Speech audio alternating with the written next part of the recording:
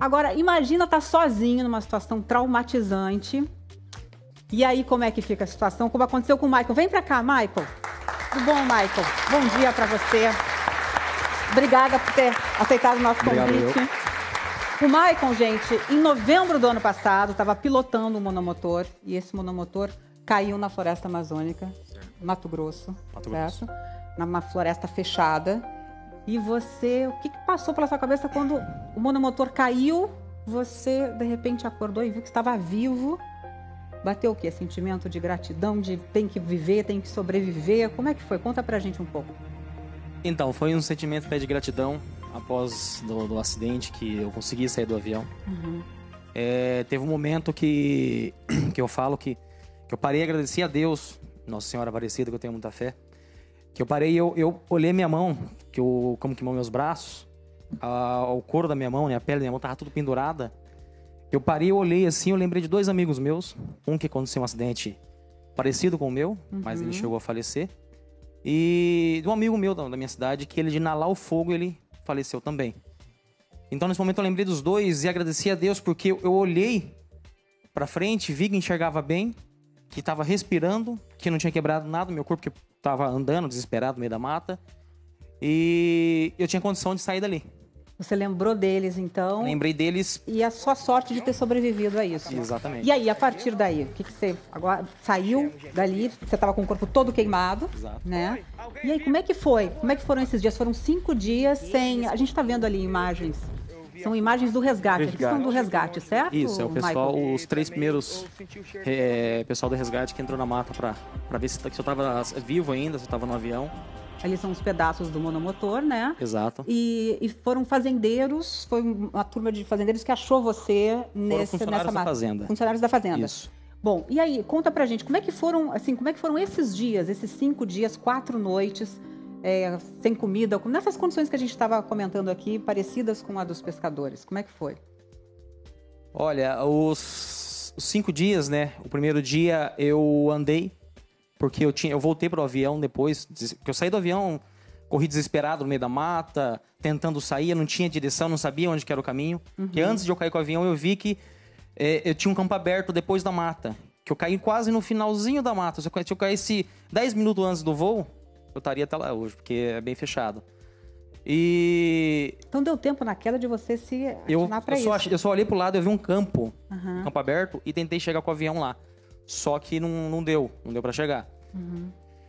Então no sábado, quando caí, eu andei desesperado pra fora do avião. Aí eu voltei pro avião pegar meu celular, porque no meu celular tinha um mapa.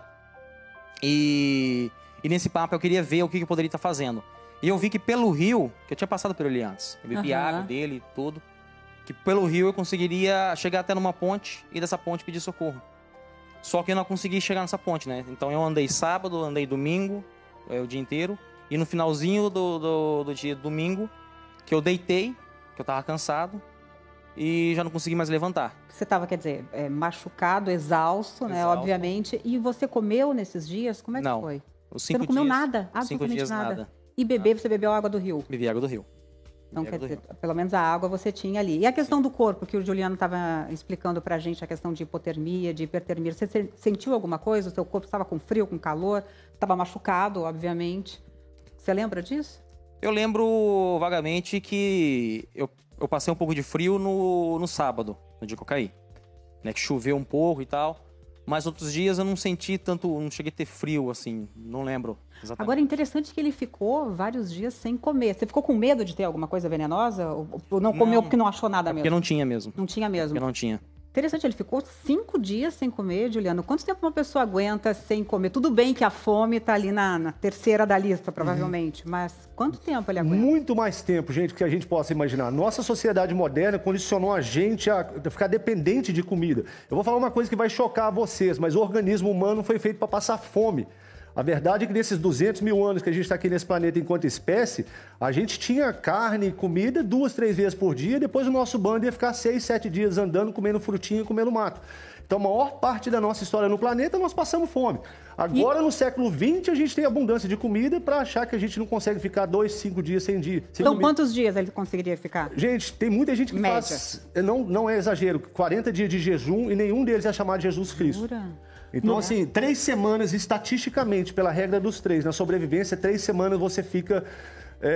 não vai ficar com top de energia, mas você fica funcional. A partir daí, né? No meio da floresta, tem o risco de ter alimento venenoso e tudo isso. Sim. O que é mais aconselhável comer, se for necessário?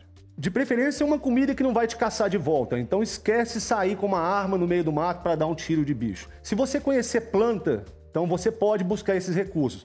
No caso dele, o ideal seria insetos, porque você vai gastar muito pouco tempo e muito pouca caloria para pegar esses insetos, e eles existem em abundância. Qualquer pau podre aí a gente consegue tirar lava de besouro, lava de fumo.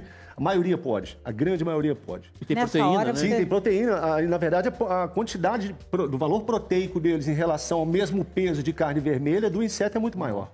Os pescadores, no caso, usaram, né? Comeram um cacto, se alimentaram ali, lembraram, né, da história de infância. E você, assim, quando você olhou, você não visualizou nada que pudesse se alimentar, que fosse... pudesse suprir a sua necessidade de comer. Você não viu? Procurou, não viu nada, nem inseto, nem nada. Na hora, nem deve ter se tocado, né, Michael? Então, inseto, na segunda, na terça, na quarta que eu fiquei deitado, meus braços ficou totalmente preto. Daquelas abelhinha preta, formiga, varejeira. E eu não pensei em comer elas porque eu tinha medo de fazer mal pro estômago. Eu já tava naquela situação e fazer mal pro estômago ainda. Mas você ainda pensou nisso, quer dizer, passando por todo esse problema, machucado, você ainda se tocou disso. E você teve alucinações durante... Tive bastante alucinações.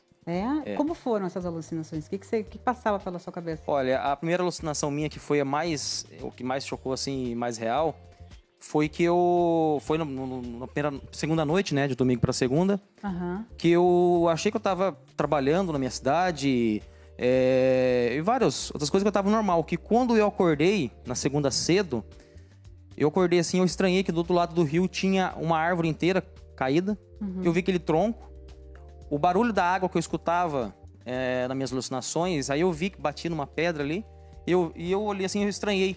Aí quando eu olhei pra mim, que eu vi que eu tava de macacão ainda, aí que eu fui acordar pra realidade e vi que eu ainda tava lá naquele mato. E fora outras alucinações que foram outros dias. E o que você fez pra manter a sua mente sã ali, sua mente ativa?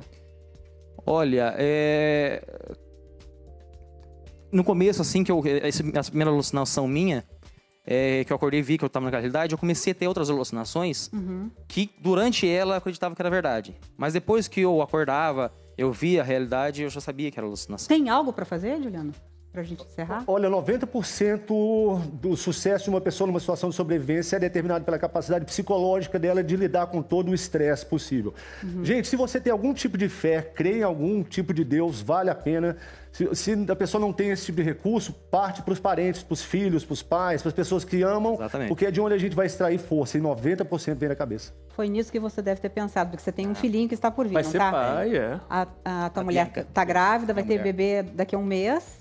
Isso. Como é o nome do bebê? Bianca. A Bianca está chegando aí, então você provavelmente deve ter segurado nessa imagem, né, na chegada da Bianca, de estar com a família, deve ter passado tudo isso pela sua cabeça, acredito eu. Exatamente, a maior parte eu lembrava dos meus pais, da minha mulher, da minha família em geral, e principalmente, digo, 99% era minha filha. Da Bianca que tá.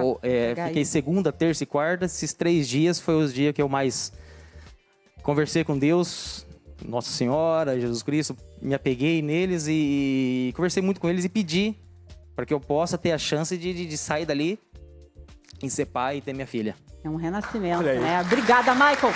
Agora, uma curiosidade, gente, desde que ele sofreu o acidente, essa é a segunda vez que você pega um avião, né? Exato. É a segunda vez. Avião de linha aérea. De linha aérea. Mas, enfim, depois de todo o trauma, então, quer dizer, eu acho que você superou aí vários desafios, entre eles e principalmente psicológico, para estar aqui hoje com a gente, e por isso eu te agradeço muito. Vai continuar pilotando? Ainda pensa nisso?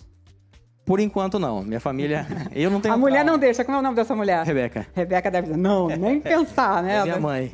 Nem sua mãe. A mãe também nessa hora. Eu não fiquei com trauma, mas a minha família tem um pouquinho ainda. Então, olha, tudo de bom pra você, Obrigado. Boa sorte. Bem-vindo à vida de volta e com um gosto especial, né, com a Bianca. Obrigada pela coragem, tá bom? Obrigada também aos nossos especialistas. Obrigado. Valeu.